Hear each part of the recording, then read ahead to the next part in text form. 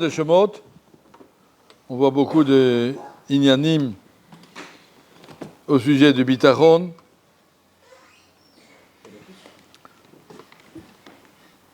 Le premier, quand Akadosh Baruch Hu dit à Moshe Rabbeinu, Mi sam pe la adam, o mi asum ilem. Quand Moshe Rabbeinu a dit, je ne suis pas capable d'aller présenter à Pharaon, moi je sais pas parler, je suis bégayeur. Le joueur a répondu, Mi sam pe la adam, qui c'est qui donne la parole aux gens? Mi asum ilem, qui c'est peut les rendre les gens muets? Alors Anochi Hashem. Un homme doit savoir, de moi-même je n'ai rien. Et Mimeila, quand j'ai quelque chose, c'est pas à moi non plus. Mi sampé la Adam, celui qui sait bien parler, c'est pas parce qu'il sait parler. Celui qui sait pas parler, c'est pas parce qu'il sait pas. C'est parce qu'Akadosh Baruch Hu lui a posé cette situation. Akadosh Baruch Hu voulait qu'ils vivent comme ça, qu'ils vivent comme ça. Nous, on reçoit les positions qu'Akadosh Baruch Hu nous donne et on doit se gérer avec. C'est pas nous qu'on crée les choses, on les reçoit. Akadosh Baruch Hu fixe pour chacun les conditions de l'examen qui doit passer dans ce monde. Il y en a qui ont avec plus d'intelligence, il y en a avec moins, il y en a qui ont plus de rapidité, il y en a qui ont moins. Il y en a toutes sortes de qualités qu'Akadosh Baruch Hu met à chacun. Et celui-là qui a moins, il ne doit pas se dire pourquoi j'ai moins, ça fait partie, c'est ça le programme qu'Akadosh Baruch Hu lui a mis. Il y a des programmes très individuels, il n'y a pas deux personnes qui ont pareil. Mais Akadosh Baruch Hu dit à Moshe Rabbeinu, tu dis que tu n'es pas capable de parler, tu crois que c'est toi qui es capable.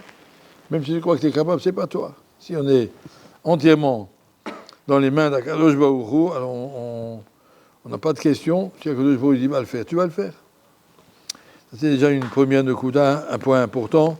Savoir, je ne suis pas propriétaire de ma situation, c'est pas moi qui. Je dois utiliser les kelim que Akadosh Baruch Hu met à ma disposition, mais c'est tout. La deuxième chose, où on voit très fortement l'ignan de bitachon, c'est les deux femmes, Yochevet et Myriam, qu'on les appelle ici Shifra et Poua, comme elles ont su s'opposer à Pharaon avec tellement de courage, alors que Pharaon était le roi du monde, le maître de tout, il gérait tout, il tuait pour un oui ou pour un non. Et elles ont tenu tête et elles ont dit l'âme Israël n'est pas fait pour mourir, fait pour vivre, on va les aider à vivre. Ils ont mis leur Messirut Nefesh là-dedans, il y a marqué dans le Midrash que Myriam avait 5 ans, elle s'est présentée devant Pharaon, elle a levé son nez en face de lui, comme ça il y a marqué, et elle lui a dit, tu ne crois pas que tu auras des comptes à rendre dans Akadosh Baruch Hu si tu veux tuer tellement de gens? Tu crois que la vie, on fait ce qu'on veut? La petite fille, elle a dit à Pharaon. Et Pharaon a dit, tu es là. Et la maman a dit à Pharaon, arrête, c'est une petite fille, qu'est-ce que tu disputes avec une petite fille? C'est pas, elle a 5 ans, c'est tout. En tout cas, elle avait le courage. Elle avait le courage, on l'a appelée Poua, parce qu'elle savait s'exprimer clairement, elle était claire déjà dans sa tête. Vous savez, qu'est-ce que c'est les frères et sœurs de Moshe Rabbeinu, c'était une famille, Amram était avec Dolador, Yochevet était la fille de Lévi, c'était des gens très très très spéciaux. Un autre sujet où on voit les Mouna et le Bitachon dans notre paracha, c'est quand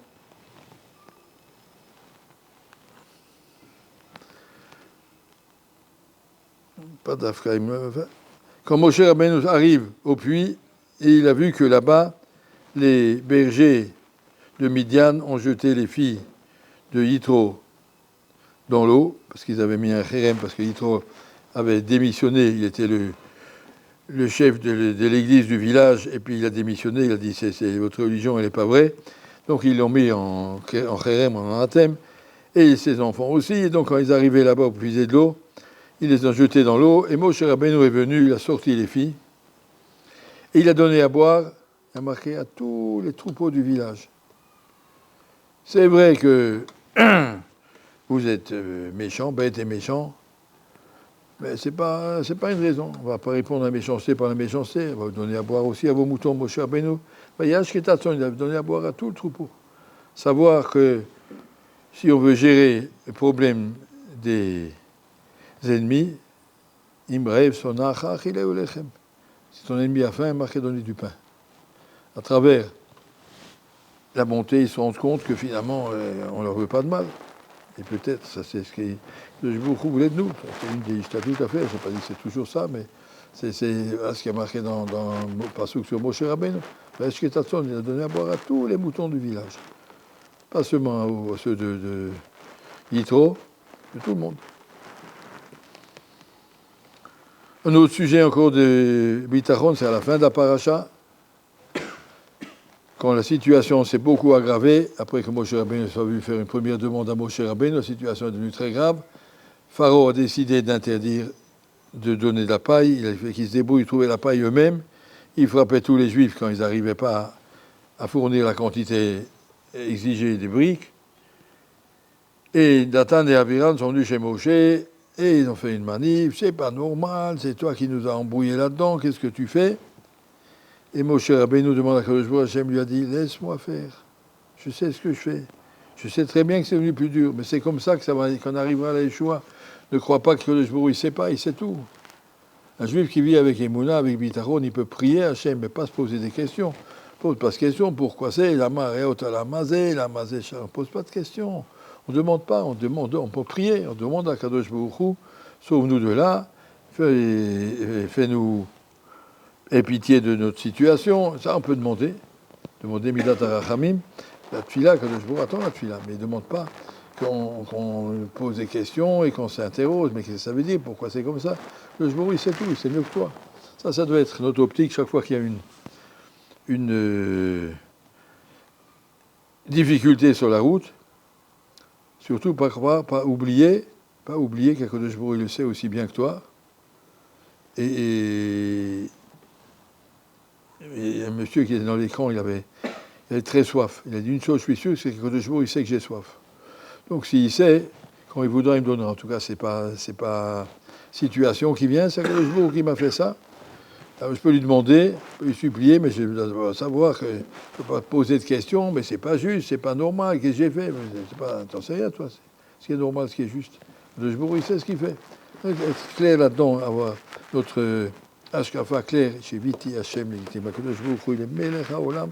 Quand je dis Shema Yisrael Hashem Elokeinu, Shem Echad, ça veut dire rien en dehors d'Hachem. On a tendance à l'oublier, toujours on l'oublie.